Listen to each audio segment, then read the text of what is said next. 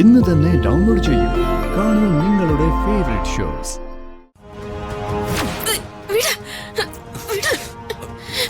ബലം പിടിക്കാതെ അമ്മായി.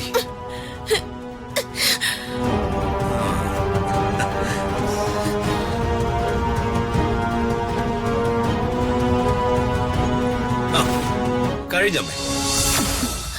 ഇങ്ങനെ സ്വത്തിനും പണത്തിനും വേണ്ടി ഭ്രാന്ത് കാണിക്കുന്ന ആരെയും ഞാൻ ഇന്ന് വരെ കണ്ടിട്ടില്ല.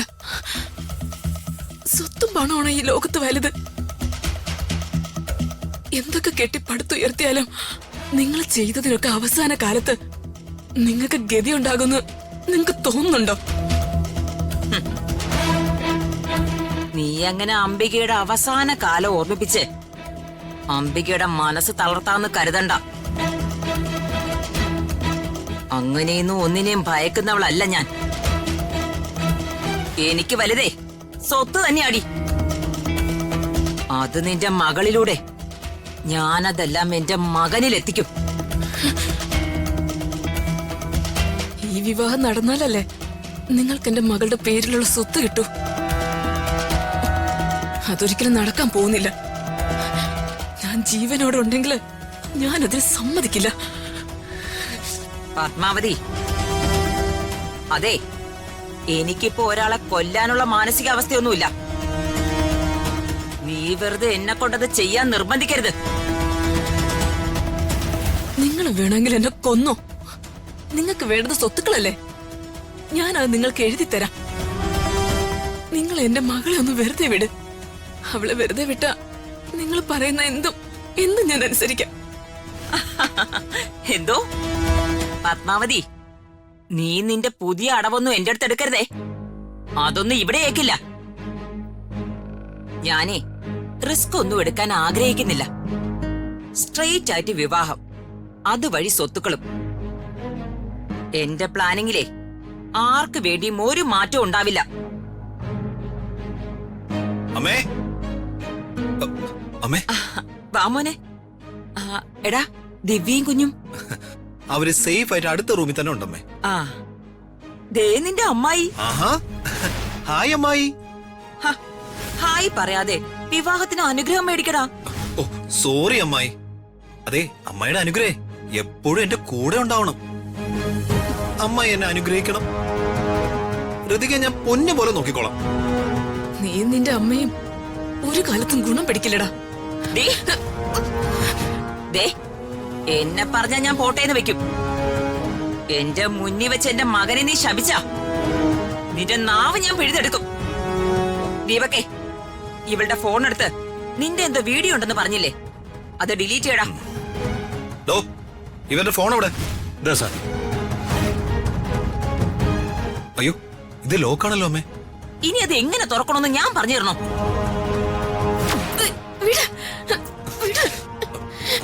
ബലം പിടിക്കാതെ അമ്മായി.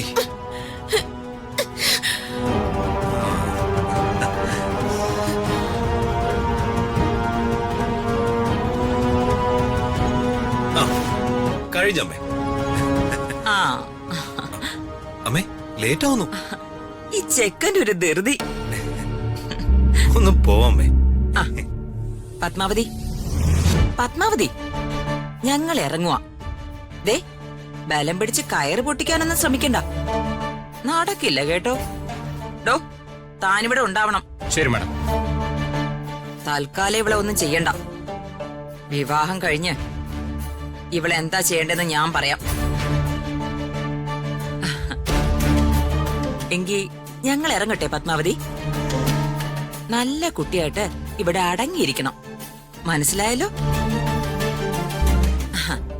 ദീപക് ഋതികയുടെ കഴുത്തില് താലി കെട്ടി കഴിയുമ്പോ ഇവന്റെ ഫോണിലേക്ക് ഞാൻ രണ്ടാളുടെയും ഫോട്ടോ അയച്ചു തരാം. മാഡത്തിന് ആ ഫോട്ടോ കാണിച്ചു കൊടുക്കണം കേട്ടോ. ശരി മാഡം. ആ അമ്മായി, ബൈ. വാടാ. പിടിക്ക.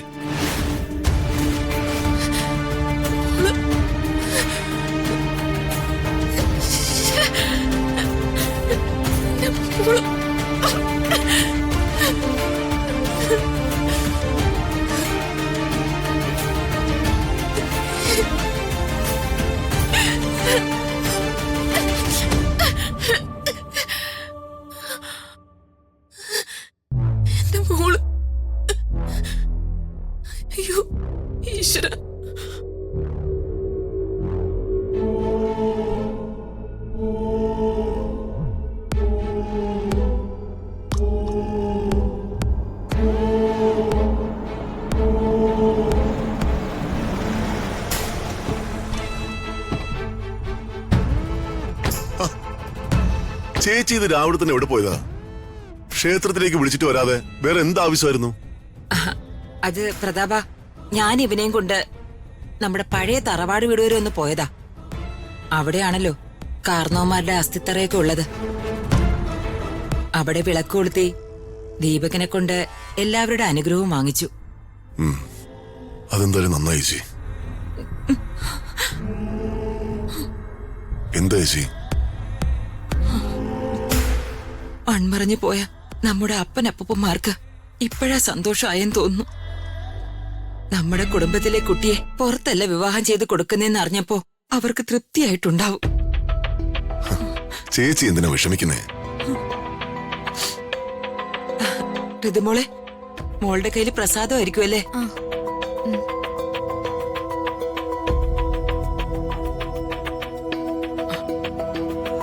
ഈശ്വര, എല്ലാം ഭംഗിയാക്കി തരണേ. എല്ലാവർക്കും നല്ലത് വരണേ. മോളെ, ഇങ്ങനെ മടിച്ചു നിൽക്കാതെ പ്രസാദം എടുത്ത് ദീപകിനെ തൊട്ടുകൊടുക്ക്.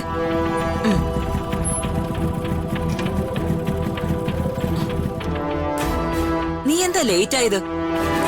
നിന്നോട് ഞാൻ പറഞ്ഞിരുന്നതല്ലേ ആ ഇവന്റ് മാനേജർ ഹരിയുടെ കൂടെ ഉണ്ടാവണമെന്ന്?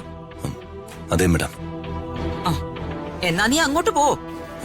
ശരി മേഡം.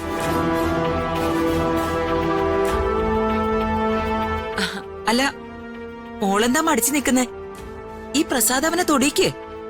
ചെല്ലേ.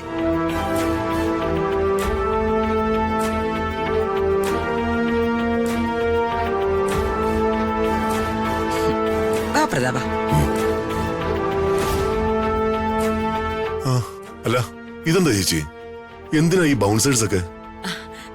ഫംഗ്ഷനുകൾക്കും ആഘോഷങ്ങൾക്കും ഒക്കെ ബൗൺസേഴ്സിനെ വെക്കുന്നത് ഇപ്പൊ ഒരു പുതുമയാണോ പ്രതാപ?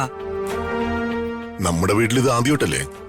അതെ, ഇതേ നമ്മുടെ എല്ലാവരുടെയും സേഫ്റ്റിക്ക് വേണ്ടിട്ടാ. എല്ലാം ആ ഹരി നിർബന്ധിച്ചതുകൊണ്ടാ. വാ പ്രതാപ, നമുക്ക് അകത്തേക്ക് പോവാം.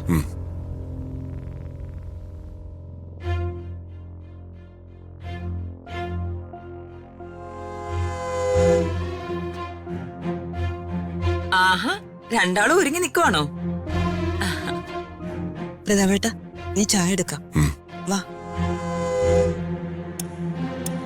ശരാ, ഗസ്റ്റുകളൊക്കെ വന്നു തുടങ്ങിയോ? വന്നു തുടങ്ങി ഏട്ടാ. കുറച്ചുപേര് ഗസ്റ്റ് റൂമിലുണ്ട്, ബാക്കിയുള്ളവര് മുകളിലത്തെ നിലയിലെ ഹാളിലാ. അവിടെയാ ബ്രേക്ക്ഫാസ്റ്റ് അറേഞ്ച് ചെയ്തിരിക്കുന്നത്. ഹരി, അകലെ